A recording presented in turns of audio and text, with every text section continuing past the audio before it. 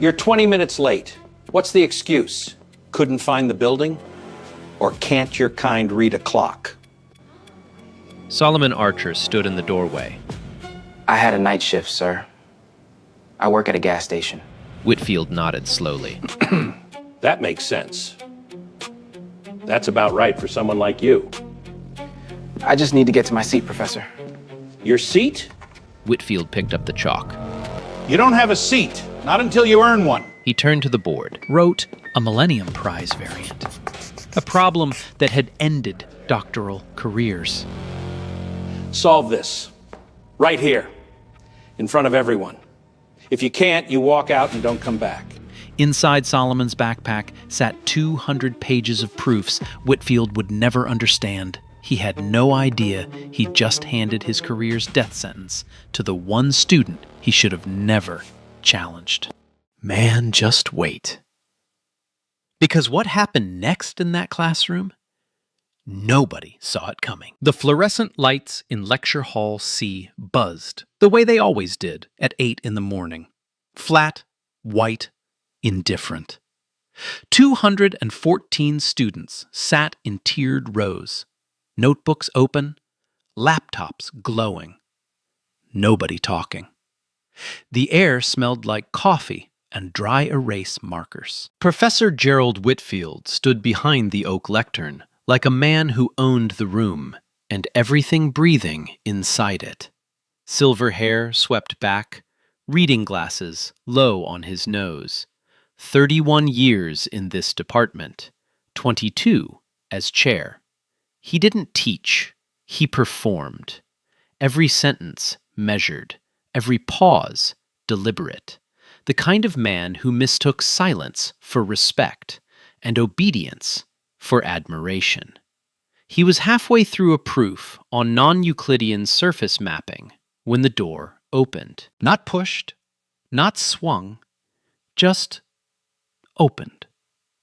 Slow. Careful. The way someone opens a door when they already know they're late and they already know what's waiting on the other side. Solomon Archer stepped in at 8:21 a.m. Gray hoodie, grease stain near the left cuff, work boots with dried mud along the soles. A backpack hung from one shoulder, olive green, fraying at the zipper, held together with a strip of duct tape. The faint smell of gasoline followed him into the room, like something he couldn't wash off, no matter how hard he tried. Every head turned. Whitfield stopped writing.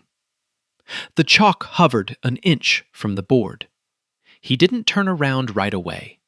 He let the silence stretch. 3 seconds. 4. 5. Because men like Gerald Whitfield understood that silence was a weapon, and he wanted every student in that room to feel it before he used his voice. Then he turned. Slowly. Eyes moving from Solomon's boots to his hoodie to his face. He didn't see a student. He saw a target. You're 20 minutes late. Whitfield set the chalk down, folded his arms. On the first day of my class, in my lecture hall, with 200 people who managed to show up on time. He let that hang in the air. So, he tilted his head, the corner of his mouth lifted, not a smile, something colder. What's your excuse? Solomon stood in the doorway, backpack strapped tight in his fist. He didn't know yet that the next 15 minutes would change both of their lives forever. I had a night shift, sir. Solomon's voice was steady, quiet, the kind of quiet that comes from years of practice, years of learning that loud got you nowhere. I work at a gas station off Route 9. My shift ended at 6. I took 2 buses to get here. Whitfield blinked, then smiled. Not warmth, not understanding. The kind of smile a man wears when he's just been handed ammunition. A gas station. He repeated it slowly, turning the words over like he was tasting them. So you pump gas all night, and then you walk into my advanced mathematics class and expect to keep up? Yes, sir. You keep up in this class. Whitfield took off his glasses, cleaned them with a cloth from his breast pocket, took his time. Tell me something. What made you think you belonged here? Was it the recruiter who needed to fill a diversity slot? Or did someone in the admissions office feel sorry for you? A girl in the 4th row looked down at her desk. A boy near the window shifted in his seat. Nobody spoke. Solomon's jaw tightened, but his voice didn't change. I scored in the top 2% on the placement exam. I passed every prerequisite with, "You passed." Whitfield held up a hand. Fine. Let's say you passed. Let's say the system worked exactly the way it was supposed to. He paused, looked at Solomon the way a man looks at a stain on an expensive shirt. But passing a test and understanding mathematics are two very different things. One requires memory. The other requires a mind that, and I say this with no disrespect, some people simply weren't built for. The room was so quiet, you could hear the fluorescent lights clicking overhead. Solomon stood still. His knuckles had gone white around the backpack strap. But his face gave nothing away. 17 years on the south side of Chicago had taught him that showing pain was the same as showing blood in open water. Whitfield walked back to the lectern, opened his attendance book, ran his finger down the list until he found it. Archer. Solomon Archer.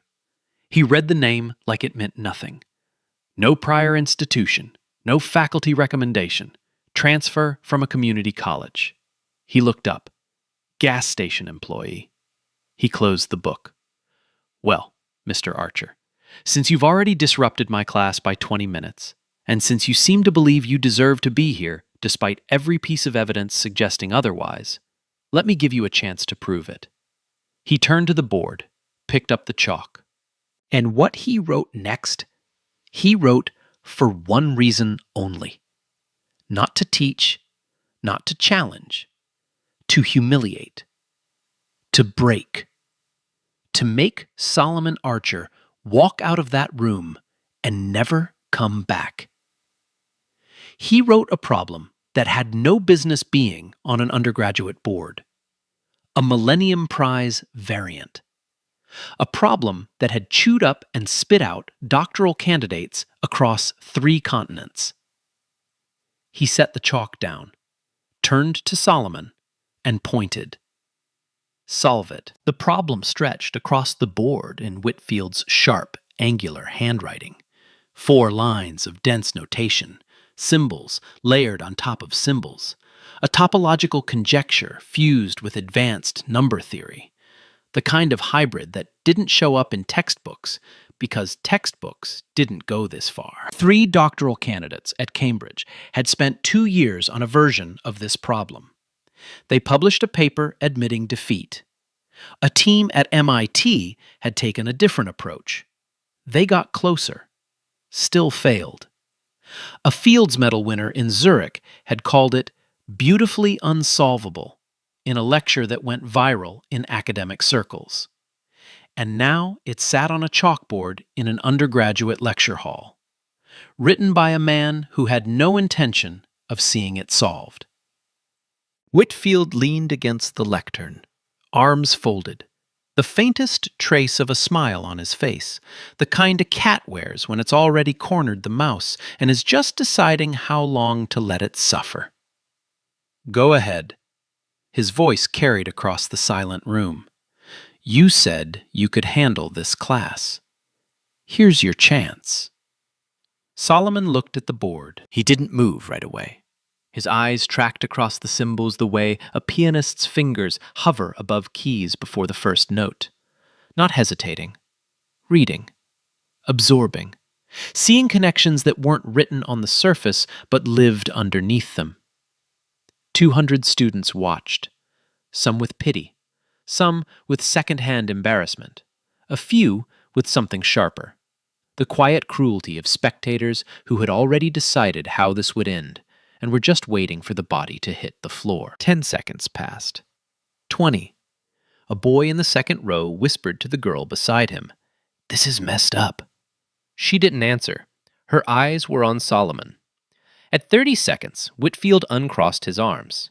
Having trouble already? I can write something simpler if you'd like. Maybe some long division. That might be more your level. Solomon didn't respond. He was still looking at the board. But something had shifted behind his eyes. Something quiet and dangerous. Something that looked, if you were paying close enough attention, like recognition. He set his backpack down on the floor, unzipped it, pulled out his notebook, the black one, no lines, pages dense with blue ink, and placed it on the front row desk without opening it. He didn't need to. Then he walked to the board. The chalk was sitting in the tray. He picked it up, rolled it once between his fingers, felt its weight. The room held its breath. Solomon lifted the chalk to the board, and he began to write. Not the way a student writes, tentative, checking each step, glancing back for approval. Solomon wrote the way water moves downhill, continuous, inevitable, each line flowing into the next with a certainty that had no business being in a 20-year-old's hand. He started at the top left, broke the problem into 3 layers that no one in the room, including Whitfield, had ever considered separating. The first layer peeled back the topological shell. The second isolated the number-theoretic core. The third was something entirely new.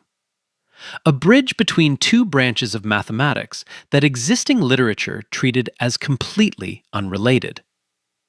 His handwriting was small, precise. Every symbol placed with surgical economy. Whitfield's smile faded at the 40-second mark. By the 2nd minute, he had uncrossed his arms. By the 4th minute, he had taken a step closer to the board. By the 7th minute, his mouth was slightly open. The chalk kept moving. Solomon hadn't looked back once. 12 minutes. That's how long it took Solomon Archer to dismantle a problem that had defeated some of the finest mathematical minds on the planet. 12 minutes of chalk on slate.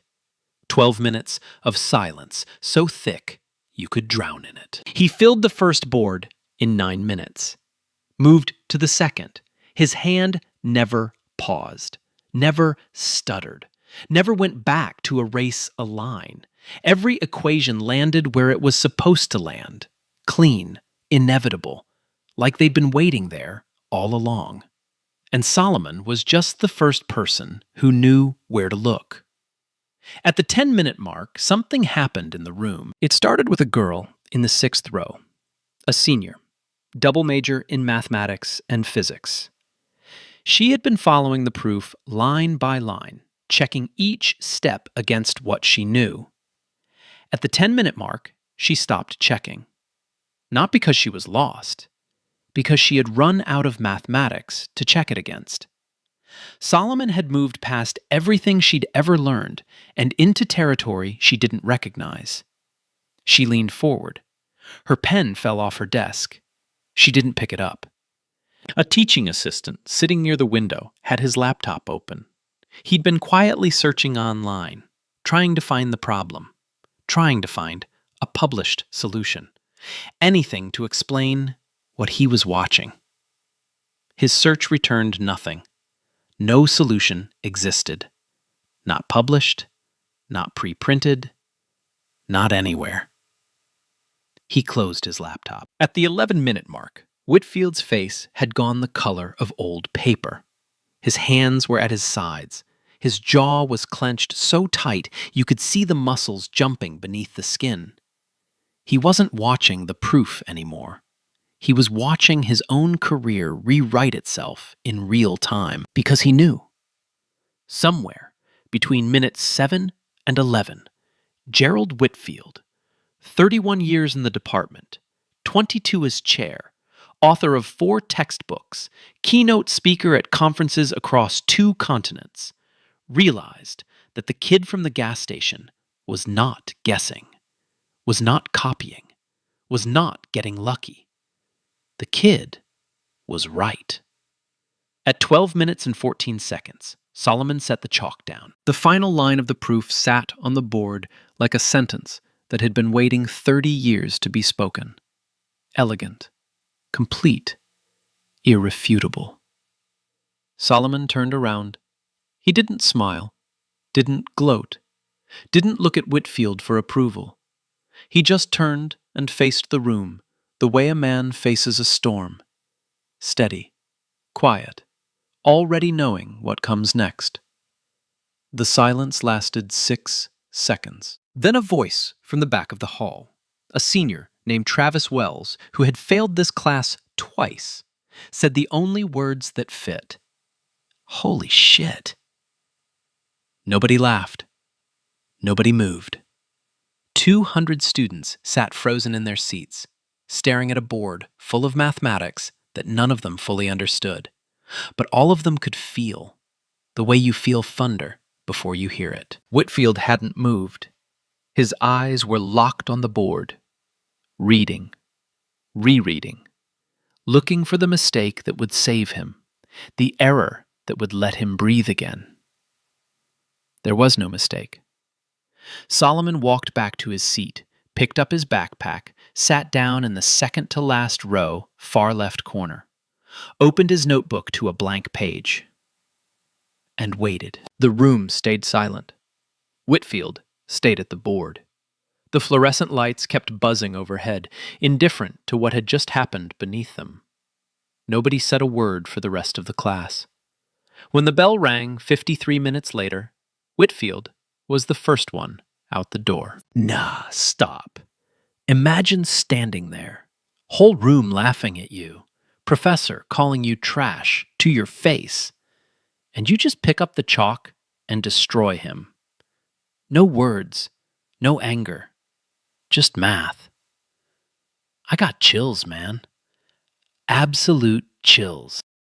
By noon that day, the email was already sent. Whitfield sat in his office on the 3rd floor of the Harrington Mathematics Building.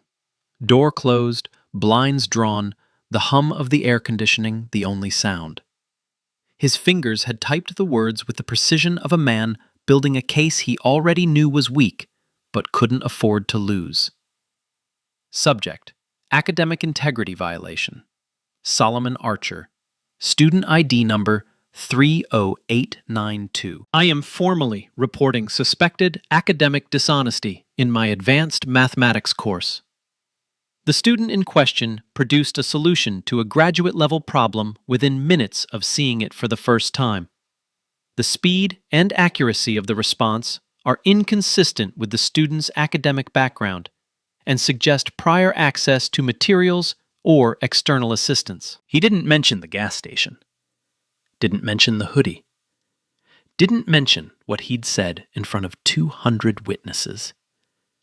He wrote the email the way powerful men always write emails, with just enough truth to sound reasonable and just enough omission to hide the ugliness underneath. The Dean of Academic Affairs responded within the hour. By 3 o'clock, Solomon Archer was sitting in a windowless conference room on the 2nd floor of the administration building. Gray walls, long table. 3 chairs on one side, Dean Catherine Hartwell, Associate Dean Philip Reeves, and a faculty representative Solomon had never met. 1 chair on the other side.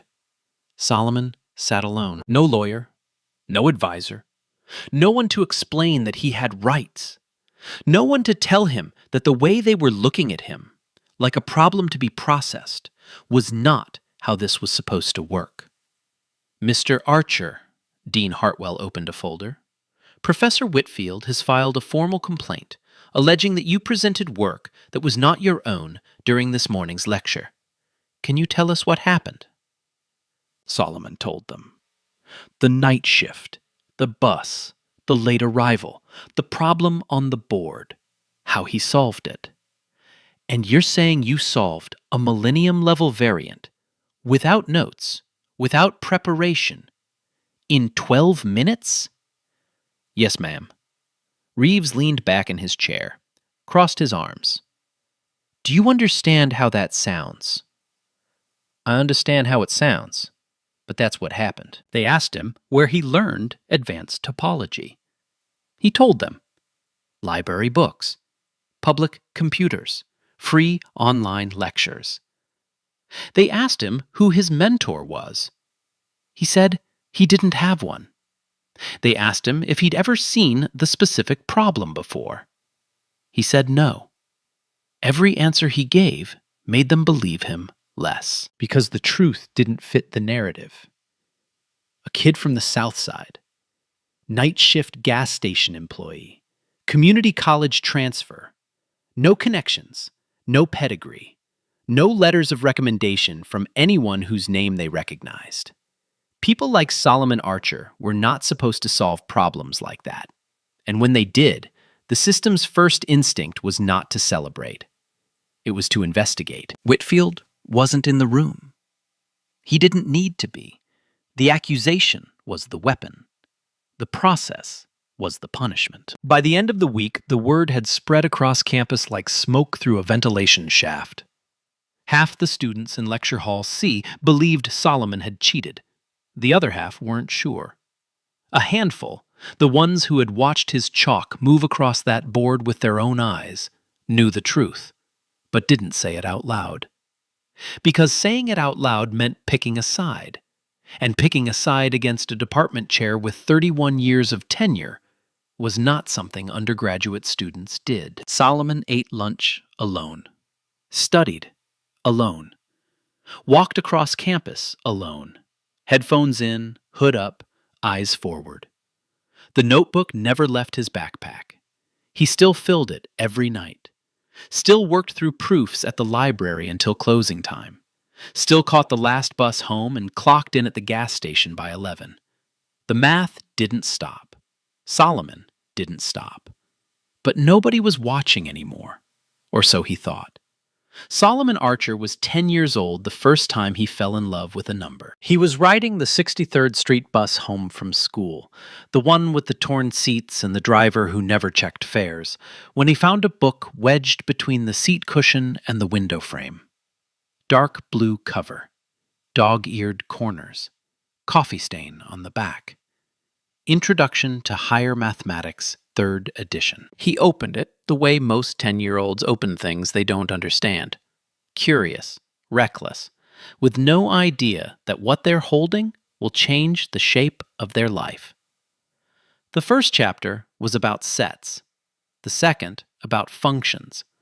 By the third chapter, he was lost.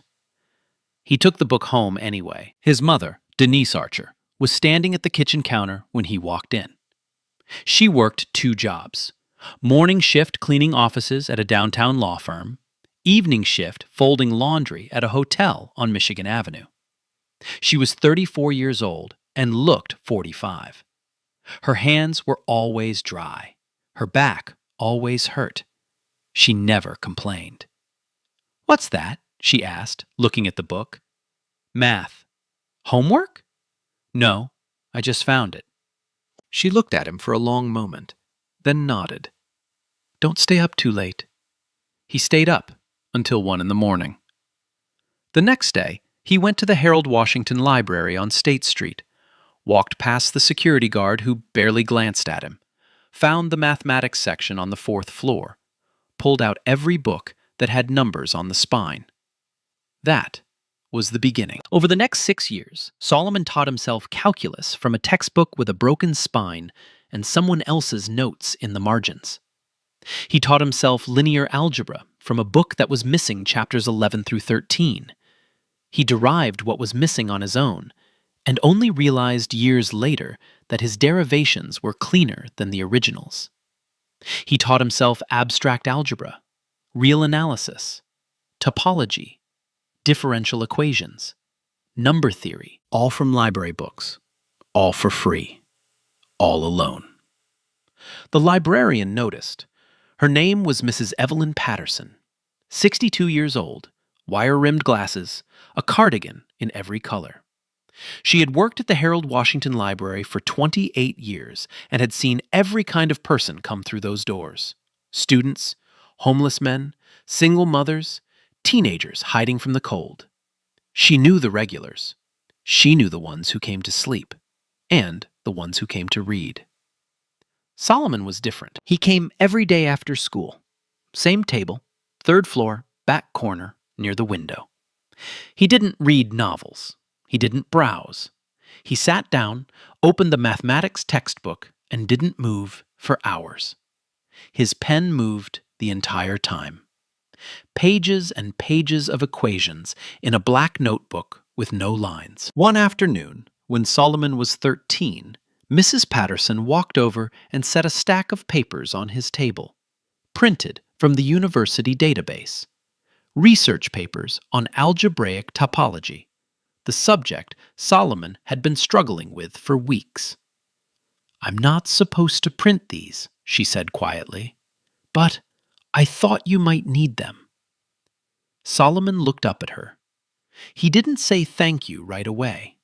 His eyes were wet. She printed papers for him every week after that, quietly, without being asked. She never understood the mathematics. She didn't need to. She understood the boy. By 16, Solomon had exhausted everything the library had.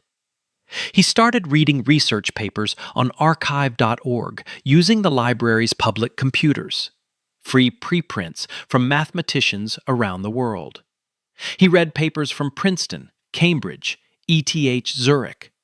He read them the way musicians listen to recordings of the masters, studying structure, absorbing technique, building a vocabulary that no one in his neighborhood knew existed. His mother didn't understand the math. She never pretended to.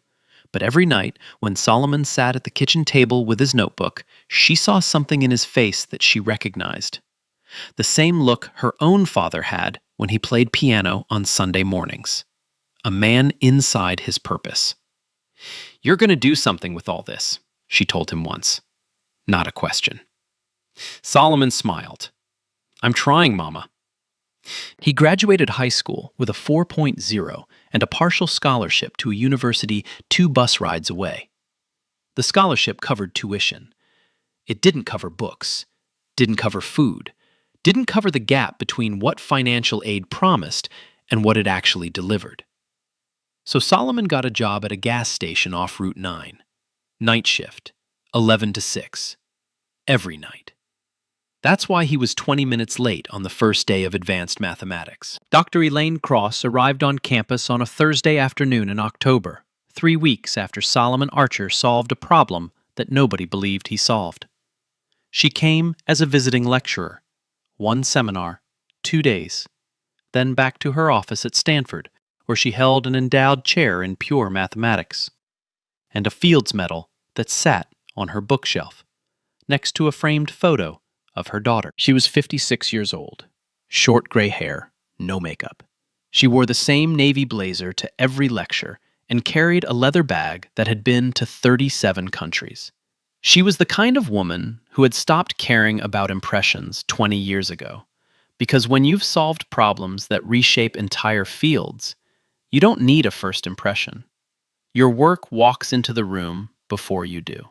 She heard about Solomon during lunch with the faculty. It wasn't presented as a discovery. It was presented as a scandal. Whitfield's version. The official version. A student with no background. A suspicious solution. An ongoing investigation. Cross listened, ate her salad, said nothing. Then she asked one question. "Can I see the proof?" Whitfield hesitated. "It's part of the disciplinary file." "I didn't ask about the file. I asked about the proof." The associate dean provided a photocopy that afternoon. Cross sat in the guest office on the 4th floor of the Harrington building. Closed the door. Spread the pages across the desk. 6 sheets. Solomon's handwriting. Small, precise, blue ink. She started reading at 2:15 p.m. At 2:18, she set down her coffee. At 2:22, she pulled a blank notepad from her bag and started verifying each step. At 2:31, she stopped verifying. Not because the proof was wrong, because she recognized what she was looking at. The approach Solomon had used, bridging topological methods with number-theoretic structures through an intermediate framework, didn't exist in any published literature. She knew this because she had spent 11 years looking for exactly this kind of bridge. She had published 2 papers exploring its possibility. She had called it the gap in a keynote speech at the International Congress of Mathematicians in Seoul, and a 20-year-old kid from a gas station on Route 9 had closed it in 12 minutes on a chalkboard while being insulted. Cross sat back in her chair, took off her glasses, pressed her fingers to her temples. She said one word out loud to an empty room. Remarkable. Then she stood up and went to find Solomon Archer. She found him where she expected to find someone like him. In the library. Back corner, 3rd floor, alone. Headphones in. Notebook open. The same black notebook she had seen described in the disciplinary file. She sat down across from him, didn't introduce herself, just placed the photocopy of his proof on the table between them and said, "Tell me about this bridge in the 3rd section. Where did it come from?" Solomon looked at the pages, then looked at her. He didn't know who she was, didn't recognize the face that had appeared on the cover of Nature twice. "I started noticing the pattern when I was 15, he said, in the library. I was reading a paper on Poincaré's conjecture and another on prime distribution. They were shelved next to each other. I kept flipping between them, and I started seeing connections." "Yeah." Cross nodded slowly. "May I?" She gestured toward the notebook. Solomon hesitated. Nobody had ever asked to see the notebook. He slid it across the table. She opened it to the 1st page, then the 2nd, the 3rd. Her eyes moved faster with every page. By page 20, her hands were trembling, not from age, from excitement. 200 pages of original mathematics, proofs, conjectures, frameworks, ideas that had no precedent in any journal she had ever read. She closed the notebook, set it down gently, the way you set down something you know is worth more than anything else in the room. "How long have you been working on these?" "Since I was 10. "Does anyone else know about this?" "No." Cross looked at him for a long time. Then she said something that Solomon Archer had waited his entire life to hear. "You're not in trouble. You're in the wrong room. You should be teaching this class, not sitting in it." The disciplinary hearing was scheduled for Monday at 10. Dr. Elaine Cross walked into the conference room at 9:58 with a leather bag over one shoulder and a stack of documents under her arm. She hadn't been invited. She didn't need to be. Dean Hartwell looked up from her folder. "Dr. Cross, this is an internal—" "I'm aware of what it is." Cross pulled out a chair, sat down, set her bag on the floor with the calm of a woman who had faced rooms like this before and won every time. "I'm also aware that you're about to expel the most talented undergraduate mathematician I've encountered in 30 years of research. So I thought I'd save everyone the embarrassment." Whitfield was sitting at the end of the table. His face tightened. "With all due respect, Dr. Cross, you arrived on campus last week. You don't have the context. I have the proof." Cross opened her folder, laid the 6 photocopied pages on the table, side by side. "I've spent 4 days verifying every line. The mathematics is not only correct, it introduces a novel bridging framework between topological analysis and number theory that doesn't exist in any published literature. I know this because I've spent 11 years looking for it." The room went quiet. Cross continued.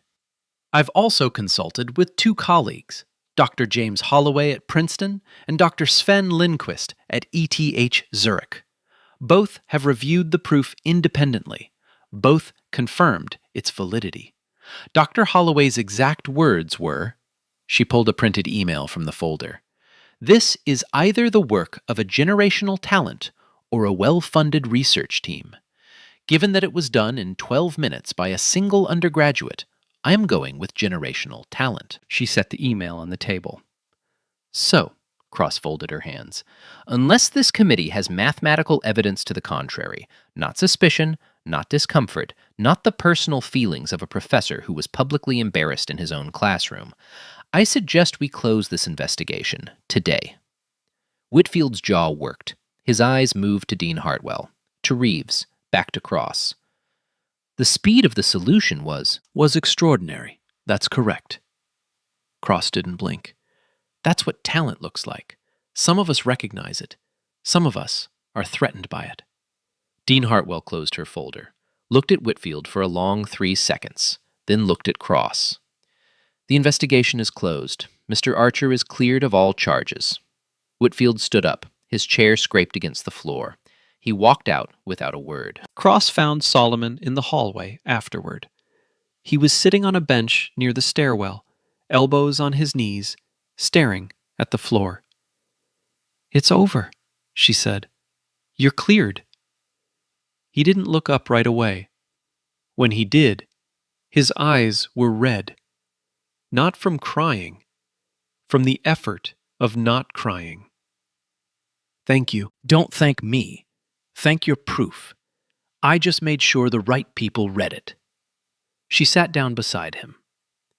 "Now, I need to ask you something, and I want you to think about it seriously before you answer." Solomon waited. The National Mathematics Symposium is in Boston in 6 weeks. 300 of the top mathematicians in the world. I've been allocated a presentation slot, and I want to give it to you. Solomon's head turned. "Me? Your proof, your method, your bridge, presented by you, in front of the people who need to see it." "I've never been to Boston." "I know. I've never presented anything. I've never stood in front of—" "I work at a gas station." Cross looked at him. "You worked at a gas station. There's a difference." She paused.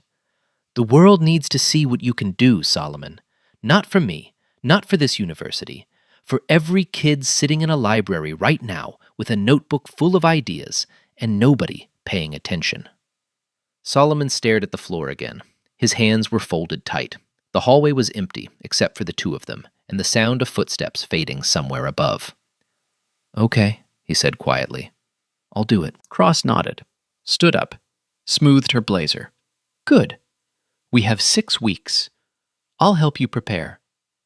She was halfway down the hall when Solomon called after her. "Dr. Cross?" She turned. Nobody's ever done that for me before. Walked into a room like that. Cross smiled. The first real smile Solomon had seen from her. "Get used to it." The National Mathematics Symposium was held that year at the Boston Convention Center, a building made of glass and steel that sat on the waterfront like a monument to everything Solomon Archer had never been allowed to touch. 600 mathematicians, tenured professors from 42 countries, research fellows, department chairs, journal editors, Fields Medal recipients.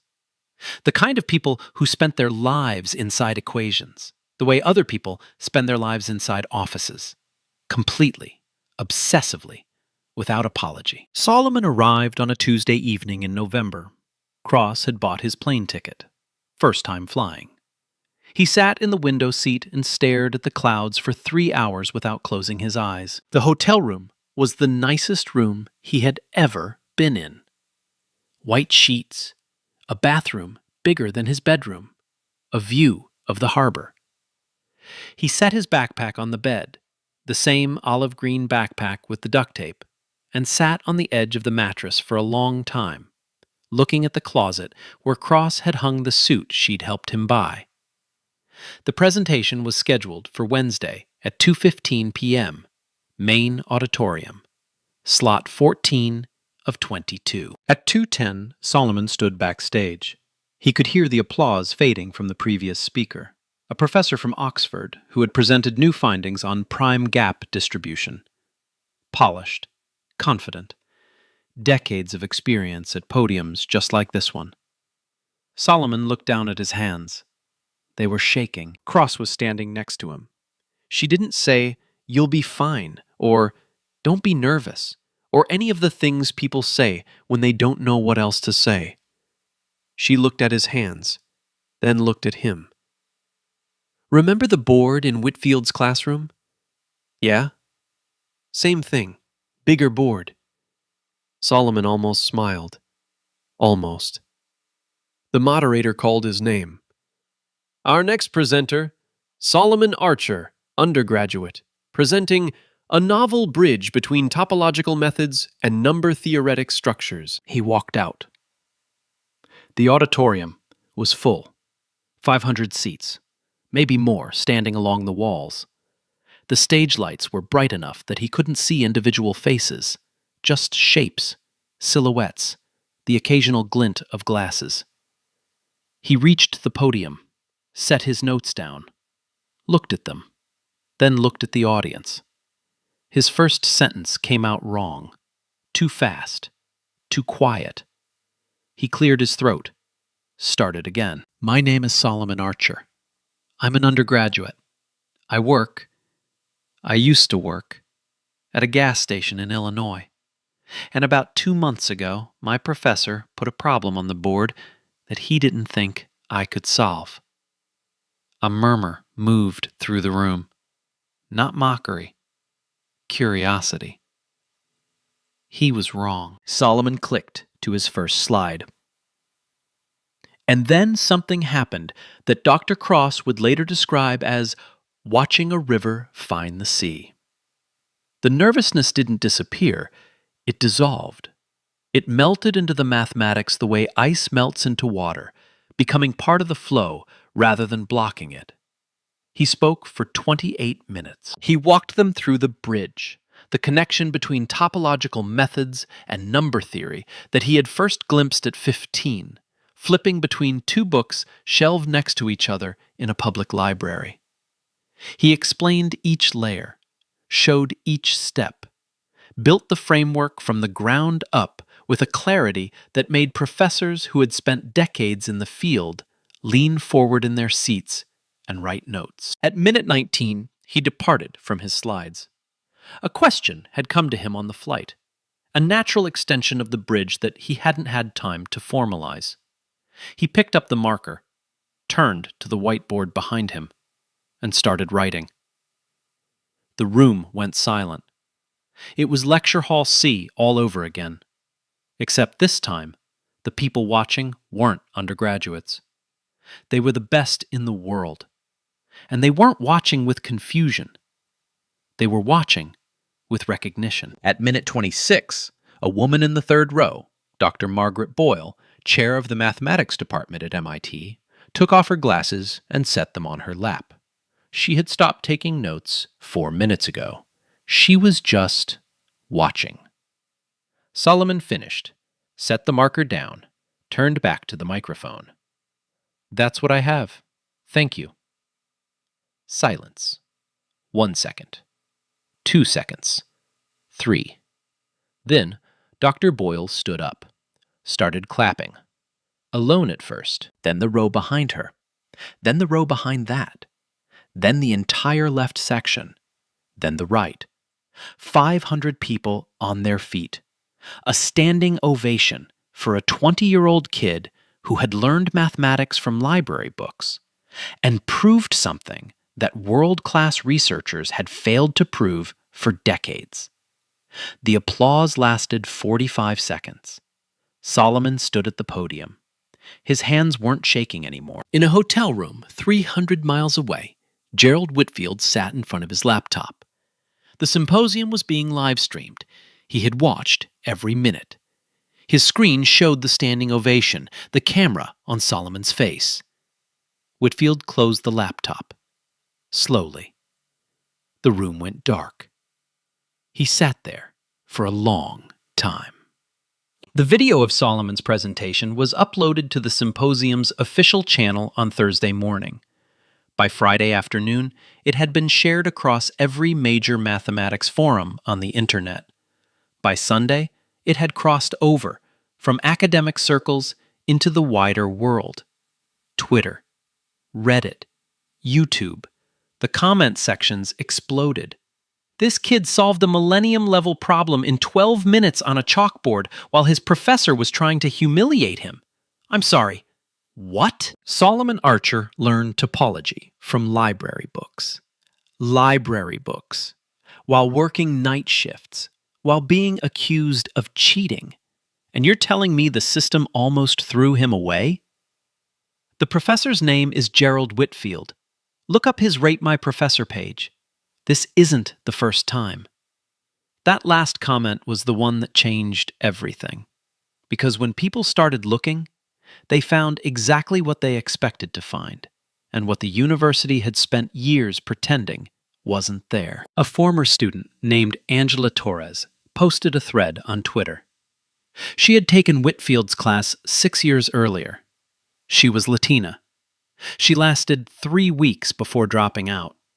Not because she couldn't do the math, but because Whitfield had told her, in front of 40 students, that she should consider a major that doesn't require logical thinking. A man named Derek Hayes posted next.